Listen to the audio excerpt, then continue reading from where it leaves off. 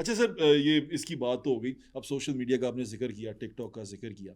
ایک یوٹیوبر ہیں ہمارے ملک کے, بڑے نامور یوٹیوبرز میں آتے ہیں. اب تو کانٹینٹ پہ میں ان کے نہیں جاتا, بات نہیں کرتا یہ, کیونکہ وہ ان کا کانٹینٹ ہے, لوگ دیکھ رہے ہیں. وہ پچھلے دنوں پکڑے گئے اور ان پہ دو چیزیں پڑی. ایک شیر کا بچہ تھا, اور وہ شیر کا بچہ کیونکہ شیڈیول میں ہی نہیں ہے شیر, تو وہ فارم ہاؤس تھا نہیں ان کے پاس, تو ان پہ کیس پڑا, وہ کیس ٹھیک تھا. لیکن ایک تھی جو ممنوع بور کی رائفل تھی جو ان کے پاس سے ملی, اور اس کا لائسنس نہیں تھا ان کے پاس, جس پہ وہ پکڑے گئے. ممنوع بور کی رائفل جو ہے, اس کا جو کیس بنتا ہے اس پہ شخصی ضمانت نہیں ہوتی. وہ شخصی ضمانت بھی ان کی ہو گئی. اور وہ ہمیں جب پتہ چلا, میں نے ڈگ آؤٹ کیا. ویسے تو اس کو کلیم کرنے والے بڑے سارے لوگ تھے, ہر بندے نے کہا میں چھڑایا, میں رجب. کسی نے کہا سینئر منسٹر کا فون آ گیا چائنا سے, اس نے چھڑوایا.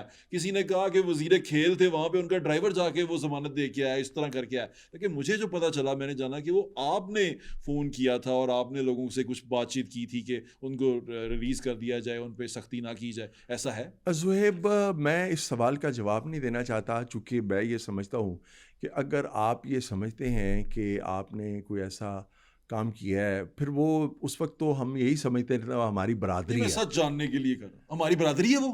نہیں, میں اس وقت یہی سمجھتے تھے. آپ نے میرے جملے پہ غور نہیں کیا. اس وقت ہم یہی سمجھتے تھے کہ وہ ہماری برادری ہے. تو پھر وہ جو ایک خون ہے, آپ کو پتہ ہے برادری کے لیے آپ جو, اب مجھے کوئی پتہ چل جائے کہ میرا بھائی جو ہے زہیب بٹ وہ کسی مشکل میں آیا, توفیق بٹ پیچھے نہیں کھڑا ہوگا, تو پھر یہ تو بری بات.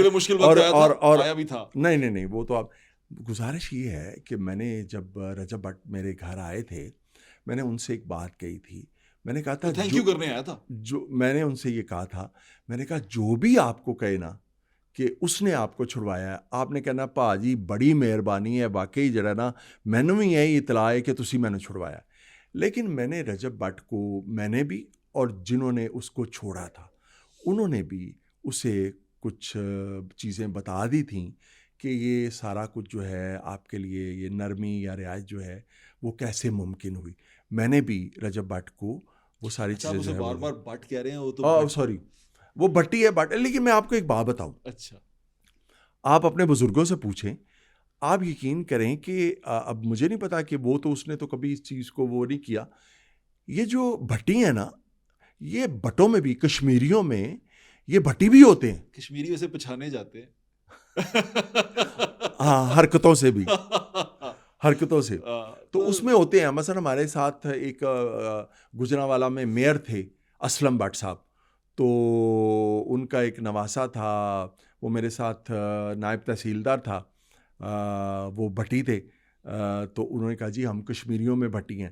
تو میں نے پھر اپنے بزرگوں سے جب پوچھا, انہوں نے کہا ہاں کچھ جس طرح شیخ بھی کچھ ہوتے ہیں تو اب کشمیریوں سر میں. جوڑنے کی بات ہوگی, لیکن ہیں وہ بھٹی, رجب علی ولد افضل بھٹی. تو چلیں, اگر ہمارے لیے تو زہیب بٹ, ہمارے لیے تو یہ خوشی اور فخر کی بات ہے ساڈے چرا لگیا کہ وہ ساڈے فخر دے نال ساڈے وچ رلیا ہویا. لیکن اسی کہنے ہیں کہ حرکتاں بھی ساڈے والیاں کرنا. ہاں, ہن حرکتاں دے اوتے تسی اگری کردے ہو دی. دیکھیں, میں نے اس کو جب آئے تھے بڑی محبت سے میں نے اس کو کچھ باتیں سمجھائی تھیں. میں نے کہا تھا یہ نہ کرو, تمہاری جو شہرت ہے اپنی اس شہرت کو عزت میں بدلو. شہرت اور عزت میں بڑا فرق ہوتا ہے. شہرت تو شیطانیت کی بھی بہت ہے. ٹھیک ہے, بڑی اچھی بات کی آپ نے. اور میں نے کہا کہ تمہارے پاس شہرت ہے, تمہارے پاس لاکھوں میں جو ہیں وہ فالورز ہیں تمہارے, تو 3 سپاہی تمہیں گھر سے اٹھا کے لے جاتے ہیں اور تمہارے ساتھ بد سلوکی بھی کرتے ہیں. وہ بد سلوکی بھی تمہارے ساتھ ہوئی جو بھی منظر عام پہ نہیں آئی. ٹھیک, تو میں نے کہا کہ ایسا ہوا, چلے ہلکا سا بتا دیں. نہیں مطلب دیکھیں, اگر کسی کو کوئی منہ سے اس کے ساتھ اس کو ابیوز کرتا ہے یا کوئی گالی دے دیتا ہے یا کوئی تھپڑ مار دیتا ہے, تو ایک عزت دار آدمی جو عزت کو محسوس کرتا ہو اس کی کیا حالت ہوتی ہوگی. جو تو عزت کو بالکل محسوس نہیں کرتا, جس کو اپنی انا کی کوئی پرواہ نہیں ہے, عزت کی کوئی پرواہ نہیں ہے, اس کے لیے تو یہ روٹین کی باتیں ہیں. لیکن جو عزت دار شخص ہے اس کو اگر کوئی گالی دے دیتا ہے, اس کو اگر کوئی, وہ مینٹل ٹراما بن جاتا. تو میں نے کہا کہ تمہارے پاس تھی شہرت. میں نے کہا رجب آپ کے پاس شہرت تھی, آپ کو 3 سپاہی گھر سے اٹھا کے لے گئے ایک ایسے کیس میں جو پولیس دروازے پہ آئے تو اس کو 5,000 روپیہ دے کے کہتے ہیں کہ کہہ دیو اسی گئے سی تو منڈا نہیں لبیا یا کڑی نہیں لبی. یہ 5,000 کا کیس سی, ٹھیک ہے, اور چکلے آئے نہیں اور ہمارے پاس تھی عزت، تو ہم نے عزت مندی سے آپ کو وہاں سے رہا کروا لیا. تو آپ یہ کوشش کریں اپنا کانٹینٹ ایسا بنائیں کہ آپ کی جو شہرت ہے وہ آپ کی عزت میں بدل جائے. میں نے کہا جہیز کے خلاف آپ کریں، آپ بنائیں ایسا. ہمارے اس کی شادی تو مطلب اچھا میں نے کہا اسی طرح جو ہماری اور معاشرتی خرابیاں ہیں، سماجی برائیاں ہیں، ان پہ آپ جو آپ کی شہرت ہے اس کو آپ کیش کروائیں تاکہ لوگوں میں ایک اچھا جو ہے وہ میسیج آئے. بہترین مشورہ تھا. اب اس کو سمجھایا تو تھا، لیکن اس کے بعد میں نے کچھ اس کی ایسی ویڈیوز دیکھیں، مجھے لگا یہ شاید میں نے مشورہ دے کے ٹھیک نہیں کیا. اچھا، آپ کو یہ لگا کہ یہ غلط بندے کو مشورہ مجھے لگا ایسے. سر اب اسی سے ایک اور بات آگے چلتی ہے. میں کل جواد احمد صاحب یہاں پر آئے ہوئے تھے، وہ بات کر رہے تھے کہ سیاست کی، وہ سوشلزم، کمیونزم، ان ساری باتوں کے. میں نے ان سے کہا کہ ہماری نسل تو فین ہے ڈکی بھائی کی، زینب کے پپا کی اور یہ رجب کی. یہ تو یہ چیزیں دیکھتے ہیں اور ملینز میں دیکھتے ہیں، اور ہر بچہ جو نیا بچہ بڑا ہو رہا ہے وہ ان کا فین ہے، وہ ان کے پیچھے موبائل لے کے بھاگتا ہے. ان کو جب آپ اس طرح کے سوشل کانٹریکٹ کے بارے میں سمجھائیں گے، ان کو جب آپ سیاست کے بارے میں سمجھائیں گے، یہ سمجھ ہی نہیں پائیں گے اور یہ آپ کو پاگل کہہ کے آگے چلے جائیں گے. اب کیسے اس کو کنٹرول کریں گے؟ آپ ان کے لیے کیا کریں گے؟